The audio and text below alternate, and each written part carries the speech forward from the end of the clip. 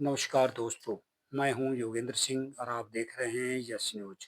आज हम बात करेंगे बिजनौर विधानसभा सीट की वर्तमान विधायक और पूर्व मंत्री कुंवर भारतेंद्र के बीच युद्ध छिड़ चुका है।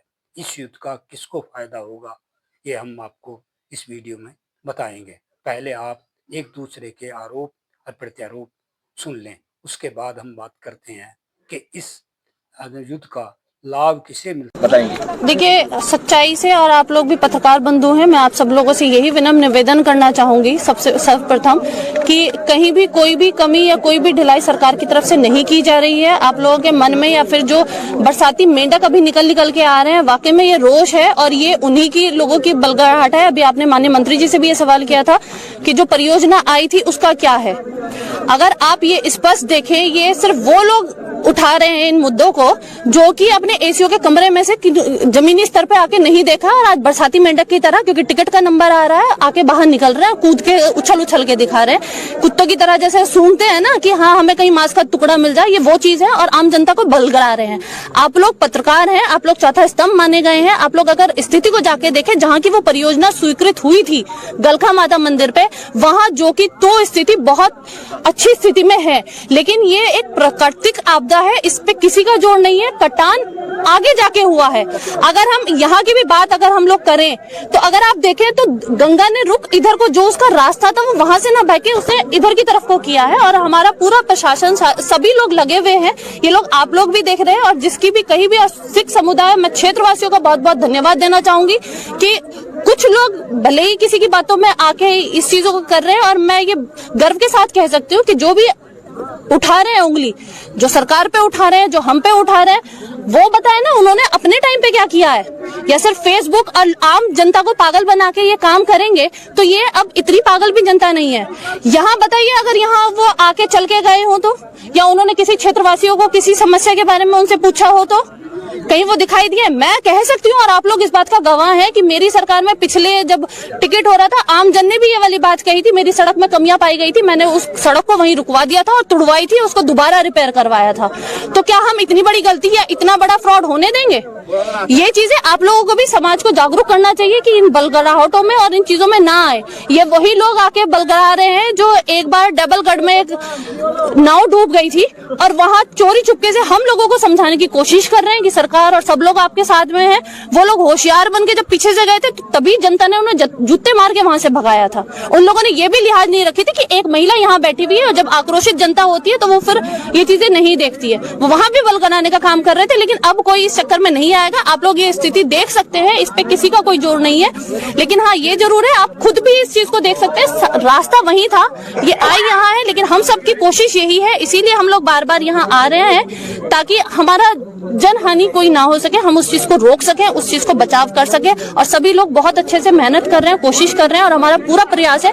भगवान की कृपा रही, जैसे रात में एक विषय आया था, लेकिन उसके बावजूद में कुदरत ने हमारा साथ दिया, आगे भी ऐसे ही साथ देगी। और सब क्षेत्रवासियों का भी धन्यवाद जो यहाँ इतनी मुस्तैदी से खड़े हुए हैं, बहुत बहुत धन्यवाद।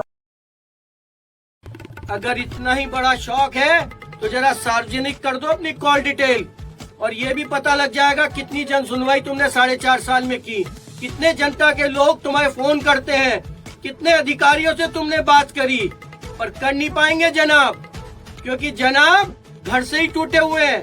पहले घरवाली छोड़ी, फिर दूसरी छोड़ी, और अब तीसरी, हो सकता है वहीं फोन पे व्यस्त रहते हो। क्या आप टारगेट कर रहे हैं मोदी कहीं ना कहीं? जुलाई 2023 में माननीय विधायिका सुची चौधरी जी का फेसबुक देखिए, उसमें उन्होंने स्वयं लिखा है कि उन्होंने मुख्यमंत्री जी को महाराज जी कहा है कि महाराज जी के द्वारा ये पैसा भेजा गया है। और उसमें उन्होंने जो पहला पॉइंट है उनकी फेसबुक में, वो है कि रावली का जो बांध है, एफ्लक्स बांध जो है बैराज का, उसका रख रखाव के लिए पैसा आया है। जैसे आप जानते हैं वो बांध बिल्कुल कटने वाला था, भगवान की कृपा से ही बचे हैं। मैं बहुत बहुत बधाई देना चाहूँगा प्रशासन को और सारे विभाग और जी को रोक दिया। नहीं तो ये अगर बांध टूट जाता साहब तो पानी कहाँ तक आता है इसकी हम कल्पना कर सकते, कितना नाश होता है इसकी भी हम कल्पना नहीं कर सकते। तो इस वजह से ये प्रश्न उठाना कि आखिरकार सरकार के द्वारा, मुख्यमंत्री के द्वारा चिंता जताई गई थी, उन्होंने ये पैसा भेजा था।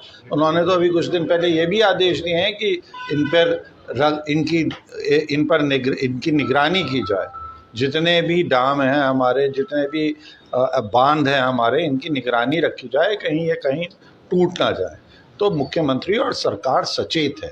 प्रश्न ये है कि जो मुख्यमंत्री के आदेशों का क्रियान्वयन कर रहे हैं ज़मीन पर, ज़िले में, उन्होंने ये कार्य क्यों नहीं किया? बाढ़ नियंत्रण विभाग ने ये कार्य अभी तक क्यों नहीं किया? बैराज के जो रख रखाव का कार्य कर रहे हैं, ये उन्होंने कार्य क्यों नहीं किया? ये प्रश्न उनका है, मैंने तो किसी का नाम नहीं लिया। ये प्रश्न उनका है। कहाँ से हमें सूचना मिल रही है? माननीय विधायिका खुद अपने फेसबुक पे लिख रही हैं। तो ये सवाल जवाब माननीय विधायिका दें, माननीय विधायिका दें ना ये सवाल जवाब। हमारे ज़िले के इस समय कुछ समय के लिए पार्टी हमें सिर्फ व्यवस्था चलाने के लिए कोई पद दे देती है। मैं भाग्यशाली हूँ सर, मैं MP बना, मंत्री बना, MLA बना, बार बार ये पद मुझे मिले। जब नहीं होते तो हम सब समकक्ष कार्यकर्ता हैं। हम में से कोई बड़ा नहीं है, कोई छोटा नहीं है। कुछ दिनों के लिए सिर्फ व्यवस्था के लिए हमें बड़ा मान लिया जाता है, केवल व्यवस्था चलाने के लिए। तो क्या आप सुरक्षा? मेरा कोई कार्यकर्ता नहीं है सर, हम सब भारतीय जनता पार्टी के कार्यकर्ता हैं। और केवल भारतीय जनता पार्टी के कार्यकर्ताओं को नहीं, ये तो हर बिजनौर के वोटर को, हर ज़िले के वोटर को, हर प्रदेश के निवासी को ये हक है कि वो पूछे कि ये 65 करोड़ रुपया जो माननीय मुख्यमंत्री जी ने यहाँ के गरीब किसानों के लिए भेजा था, उनकी भूमि कट रही है, उनकी कृषि भूमि कट रही है, उनके घर बह जाते हैं, उनके गांव बह जाते हैं कट कट के, ये क्यों नहीं लगा? कार्य के नाम पर हमें दिखाया जा रहा है एक प्लास्टिक की चद्दर, वो फट चुकी है, 1 साल पहले लगी थी, अभी फट गई है। उसे कह रहे हैं ये जियो ट्यूब है। साहब कुछ ही नाम दे दीजिए, वो फटी क्यों 1 साल में? जो 20 साल पहले मेरे टाइम पे ठोकर लगाई गई थी, जिसे इंग्लिश में कहते हैं बोल्डर स्टड, वो आज भी खड़े हुए हैं। वैसे बोल्डर स्टड क्यों नहीं लगे? 1 करोड़ रुपए में भी अगर एक स्टड लग जाता, 65 करोड़ से 65 स्टड अगर लग जाते तो इस जिले में कभी कटान ना होता। मैं तो प्रश्न पूछ रहा हूँ, जवाब मेरे ख्याल से आपकी बात बिल्कुल सही है कि जवाब तो सिंचाई विभाग को देना है। ये बेचारे बीच में ये क्यों उलझ गए? क्या बात है? कोई दाल में काला है क्या सर? आप ही बताएंगे। मैं क्यों बताऊं सर? मैं तो प्रश्न पूछ रहा हूं। मैं आपसे बिल्कुल सहमत हूं। उत्तर तो सिंचाई विभाग भी नहीं, सिंचाई विभाग के बाढ़ खंड द्वारा आना चाहिए था। ये बाढ़ खंड का काम है, सिंचाई का नहीं है। ये तो सिंचाई विभाग के जो बाढ़ नियंत्रण का काम है, उसमें जो अधिकारी हैं, कुछ मुरादाबाद में बैठते हैं, कुछ धामपुर में जो यूनिट है वो मेरे ही द्वारा खुलवाया गया था जब मैं मंत्री था। ये उन्हें देना चाहिए जवाब। उसका क्रियान्वयन करना ना करना, उसकी डिटेल देना, ये उनका काम है। विधायक जी का ये कहना है, विधायिका जी का, कि ये 65 करोड़ तो इस तटबंध के लिए आया ही नहीं था। MP साहब को तो ये पता ही नहीं है। सही बात है, मगर उन्होंने ही अपनी फेसबुक में लिखा है। मैं आपको अभी भेज देता हूँ उनकी फेसबुक का लिखा हुआ। उनसे पूछिए या बताइए कि कृपया करके ऐसी सूचनाएं देके हम हमारे ज़िले की सीधी सी जनता को ऐसे भ्रमित ना करें। अगर नहीं भेजा था और अगर ये काम नहीं था तो उसमें पहला बिंदु लाल स्याही से लिखा हुआ है। पहला बिंदु लाल इंक से है,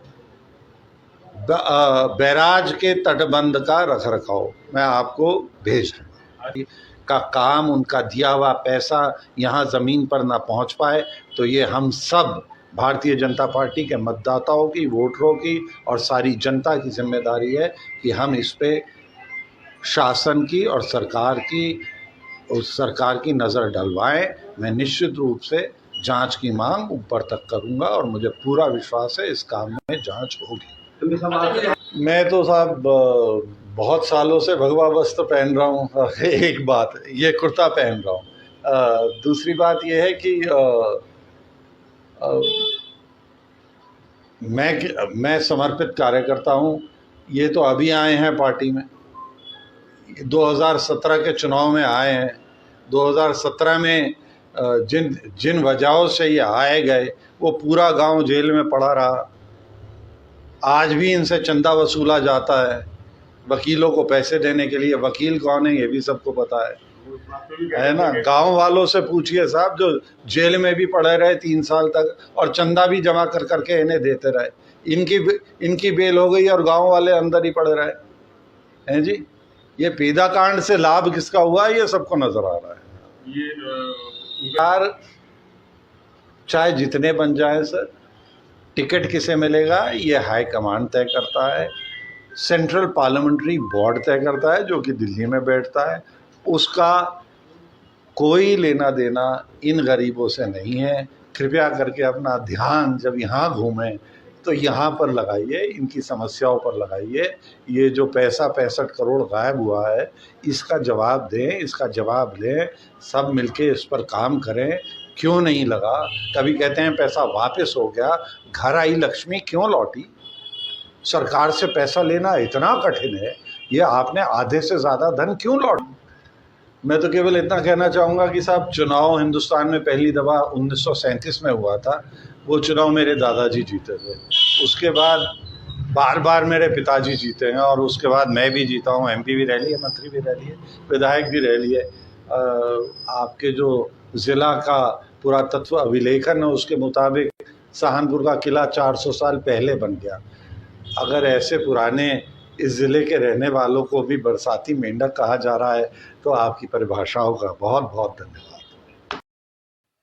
दोस्तों, आपने बिजनौर की वर्तमान विधायक सुची चौधरी मौसम और पूर्व मंत्री कुंवर भारतेंद्र सिंह के एक दूसरे पर लगाए गए आरोप तो सुन लिए होंगे। इन आरोपों से यह तो स्पष्ट है कि अब टिकट सुची चौधरी का कट सकता है, लेकिन ये भी निश्चित है कि कुंवर भारतेंद्र को टिकट नहीं मिलेगा। अभी चुनाव में काफी समय है, इसलिए यह भी निश्चित नहीं कहा जा सकता कि किसे टिकट मिलेगा, यह तो समय ही बताएगा।